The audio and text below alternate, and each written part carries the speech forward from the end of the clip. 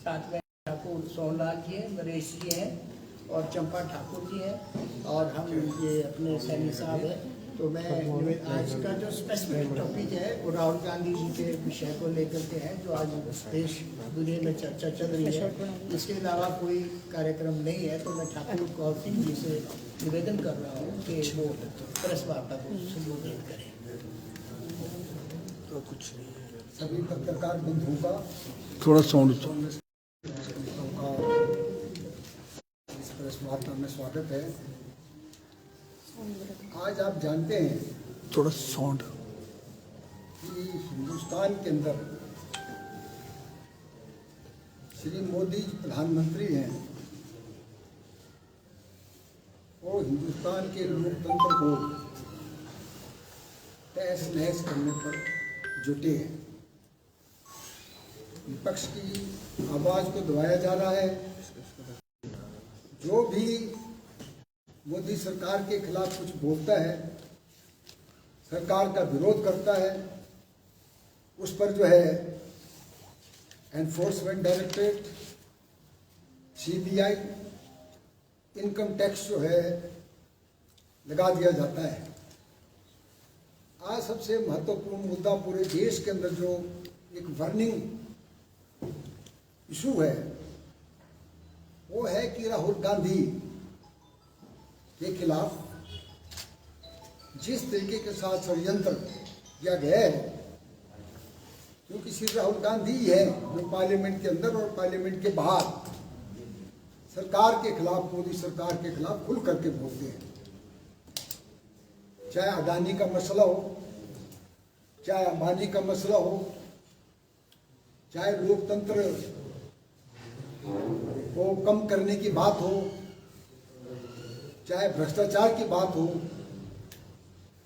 चाहे नोटबंदी के खिलाफ राहुल गांधी ने खुल के बोला, जीएसटी के खिलाफ खुल के बोला और कोरोना में इस तरीके से गलत तरीके से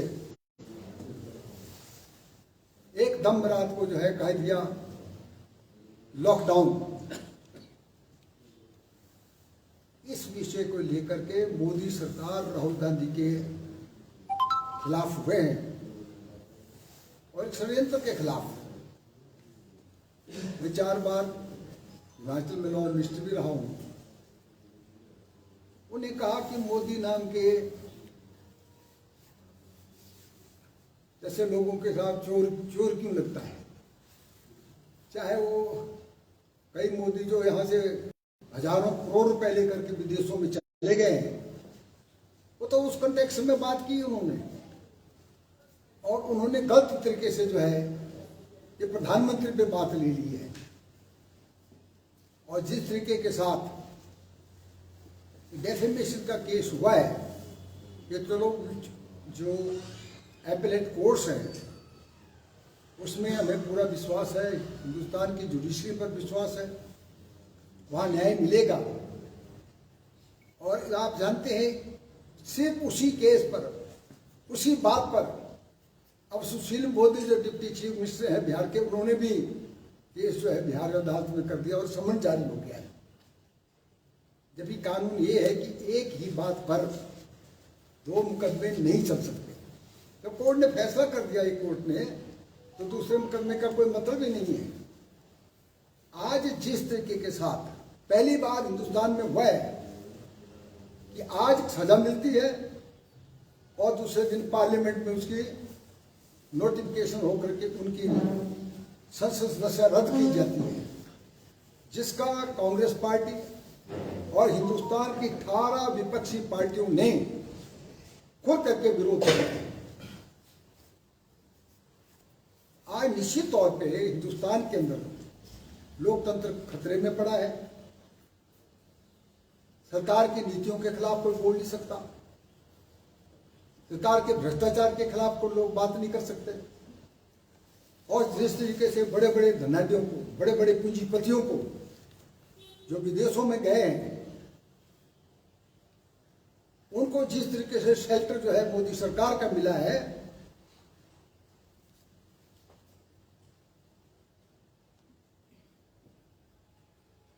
उससे निश्चित जाहिर होता है उनको जो है मोदी सरकार सिर्फ पूंजीपतियों की हितों की रक्षा कर रही है, गरीबों का कोई ख्याल नहीं रख रही है। वायदे तो चुनाव में बड़े बड़े करते हैं मोदी जी, किसानों के कर्जे में माफ कर दूंगा 2014 में, 2 करोड़ लोगों को रोजगार दूंगा, विदेशों का काला धन वापस लाऊंगा, 15-15 लाख रुपए खाते में भर्ती करेंगे, वगैरह वगैरह। हम मोदी से पूछना चाहते हैं, आपने कोई उनमें से कोई एक वायदा भी पूरा किया है? सिर्फ विपक्ष की आवाज को दबाने के लिए काम किया जा रहा है, विपक्ष को परेशान किया जा रहा है। और राहुल गांधी एक व्यक्ति थे जिन्हें भारत जोड़ो यात्रा कन्याकुमारी से श्रीनगर तक की 3750 किलोमीटर जो है उन्होंने सफर किया, पैदल सफर किया। 2 दिन श्रीनगर में भी हम उनके साथ रहे, और जब एक दिन हिमाचल में आए तभी हम उनके साथ रहे। इसकी भी उनको बड़ी तकलीफ हुई कि भारत जोड़ो यात्रा क्या है। आज जिस तरीके के साथ राहुल गांधी जी इस देश के ज्वलंत मुद्दों को पार्लियामेंट के अंदर बाहर उठा रहे थे, उनकी आवाज को दबाने के लिए, उनके विरोध को दबाने के लिए ये सारा षड्यंत्र जो है मोदी सरकार ने किया है, जिसकी पूरी हिंदुस्तान की कांग्रेस कमेटी और विपक्ष के लोग उसका विरोध करते हैं। आज पूरा हिंदुस्तान कांग्रेस पार्टी और 18 विपक्षी पार्टियां मिलकर के राहुल गांधी के साथ इस मुद्दे पर खड़ी है। कांग्रेस पार्टी ने सारे देश के अंदर सत्याग्रह किया है, हर चुनाव क्षेत्र में विरोध मार्च निकाला है, और ये तब तक जारी रहेगा जब तक मोदी सरकार की ये तानाशाही हुकूमत को जो है हम सत्ता से बाहर नहीं कर देते। आप देखिए, असम का मुख्यमंत्री, वेस्ट बंगाल के उनके 2-3 नेता जब कांग्रेस पार्टी में थे तो लॉटरी स्कैम निकाल करके उन पे FIR हुई, इन्वेस्टिगेशन शुरू हुई, और हेमंत जो है शर्मा कांग्रेस में चले गए और बीजेपी में चले गए कांग्रेस से। तृणमूल कांग्रेस के 3 नेता कांग्रेस में चले गए, वो सारे केस दबा दिए गए, जैसे वो हरिद्वार से नहा करके आए और वॉशिंग मशीन से साफ होकर के आए। तो साफ जाहिर है कि मोदी सरकार सिर्फ विरोधियों को दबाने में मगन है। और इसी तरीके से आप जानते हैं कर्नाटक में क्या हुआ, एक विधायक के पुत्र के घर, पुत्र के दफ्तर में, वहां लोकायुक्त ने, CBI और ED ने नहीं, इनकम टैक्स ने, लोकायुक्त ने छापा मारा, 40 लाख रुपए रिश्वत के बरामद हुए। और उसी लोकायुक्त ने अपनी एजेंसी के साथ विधायक के घर में छापा मारा, 8 करोड़ मिले। ना विधायक की विधायिका गई, ना उन पर कोई केस हुआ, ना ED उनके घर में गई, ना CBI गई, ना इनकम टैक्स वाले गए। तो क्या ये सरेआम भ्रष्टाचार से समझौता करने की बात नहीं? हम ये पूछना चाहते हैं। कहते हैं, अब मोदी जी कहते हैं अपनी भाषा का नहीं पता, मोदी जी कहते हैं सब भ्रष्टाचारी इकट्ठे हो गए मेरे खिलाफ, यानी आज जो 18 पार्टियां हैं वो सब भ्रष्टाचारी हो गए उनके लिए। और राहुल गांधी ने कहते यूके में जाके लंदन में प्रेस कॉन्फ्रेंस में कहा कि लोकतंत्र खतरे में है, खतरे में। सब हिंदुस्तान के सभी लोग कहते हैं, जो समझदार लोग हैं, बुद्धिजीवी लोग हैं, उन्हें कौन सी बात हिंदुस्तान के खिलाफ कही, कौन सी बात मोदी के खिलाफ कही, जो हकीकत है वो उन्होंने बयान किया है। और आप जानते हैं 2014 में जब मोदी ने वोट ली प्रधानमंत्री जी की, विदेशों में गए, क्या कहा, मैं तो बड़ा हूं जो हिंदुस्तान में पैदा हुआ, हिंदुस्तान में 70 साल में कुछ नहीं हुआ है, पता नहीं क्या क्या बोला। उस पर किसी ने कोई प्रतिक्रिया नहीं दी। और राहुल गांधी ने अगर ठीक कहा है और उसको षड्यंत्र के तहत जो है फंसाया गया है और राहुल गांधी के खिलाफ पूरी एजेंसियां लगा दी गई है, कांग्रेस के खिलाफ एजेंसियां लगा दी है, विरोधियों के खिलाफ एजेंसियां लगा दी है, तो हम ये कहना चाहते हैं आप लोगों के माध्यम से जनता को, ये हम चुप बैठने वाले नहीं हैं। हम अपने तौर पे भारतीय जनता पार्टी, राष्ट्रीय सेवक संघ और इनके जितने भी ब्रांचेज हैं उनके साथ निपटेंगे और हिंदुस्तान जो दुनिया का सबसे बड़ा लोकतंत्र है, उस लोकतंत्र को बचाने के लिए हम सब लोग प्रयास करेंगे। कांग्रेस पार्टी पूरी तरह से इस मौके पर राहुल गांधी जी के साथ खड़ी है और हम तब तक सांस नहीं लेंगे जब तक मोदी सरकार को सत्ता से बाहर नहीं कर देंगे।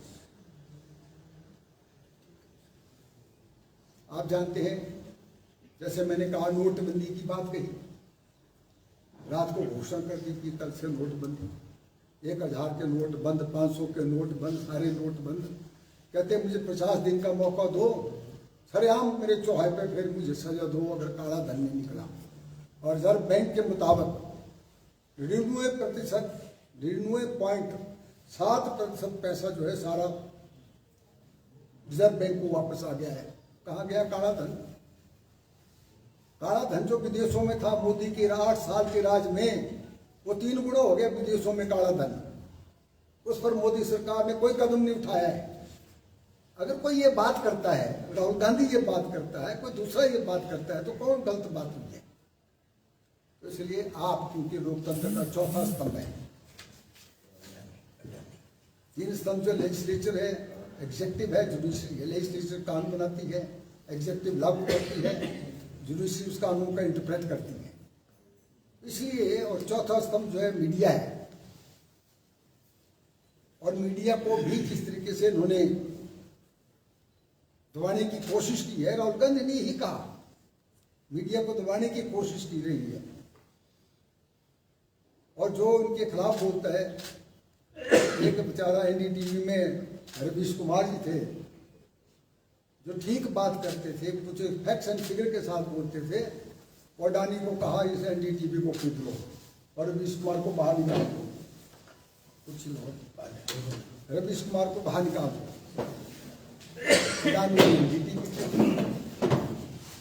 इसलिए मुझे आप लोगों से निवेदन करना है, पत्रकार बंधुओं से निवेदन करना है कि हमारी आवाज आप लोगों के माध्यम से, चाहे इलेक्ट्रॉनिक मीडिया है चाहे प्रिंट मीडिया है, जनता तक पहुंचे चाहिए। और अडानी जो हम मांग कर रहे थे, सिर्फ उन्होंने मांग की कि जेपीसी बनाई जाए, अभी तक उस पर चला हुआ है, जेपीसी मंगाई जाए। राहुल गांधी को पार्लियामेंट के अंदर बोलने नहीं दिया, स्पीकर को लिख करके दिया कि मैं अपना स्पष्टीकरण देना चाहता हूं।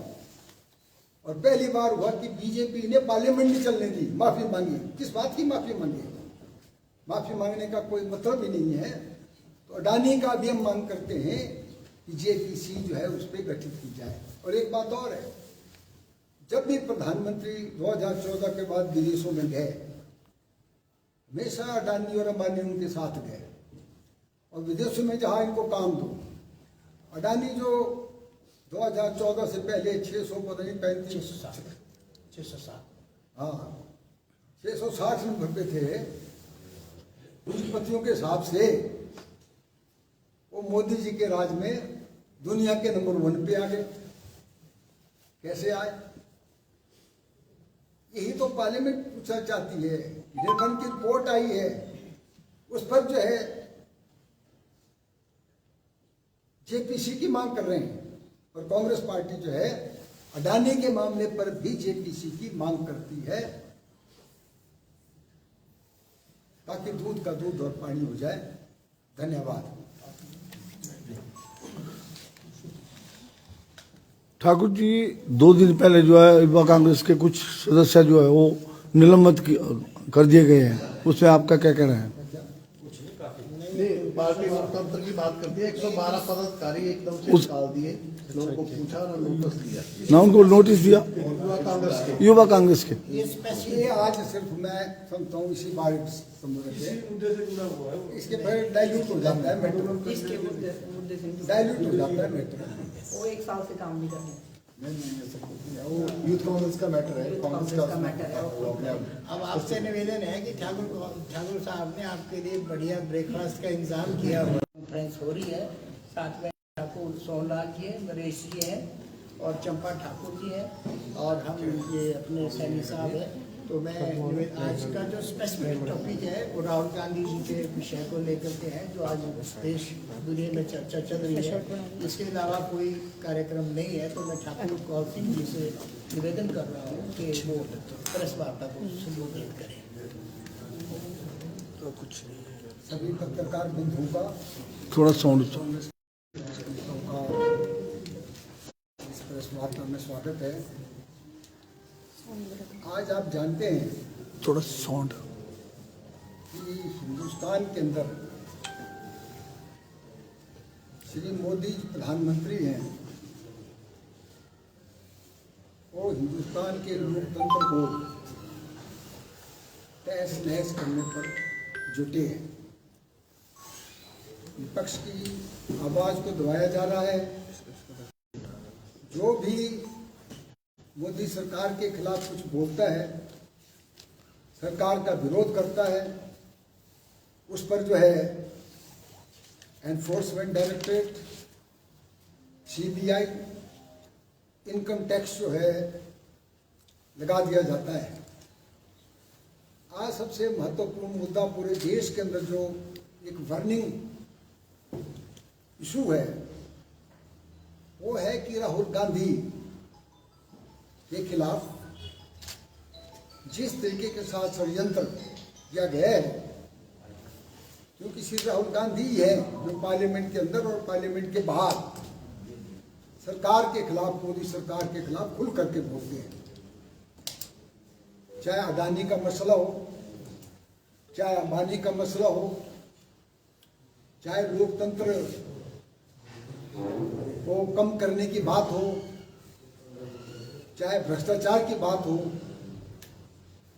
चाहे नोटबंदी के खिलाफ राहुल गांधी ने खुल के बोला, जीएसटी के खिलाफ खुल के बोला और कोरोना में इस तरीके से गलत तरीके से एकदम रात को जो है कह दिया लॉकडाउन, इस विषय को लेकर के मोदी सरकार राहुल गांधी के खिलाफ हुए हैं और एक षड्यंत्र के खिलाफ। मैं 4 बार हिमाचल में लॉ मिनिस्टर भी रहा हूं। उन्हें कहा कि मोदी नाम के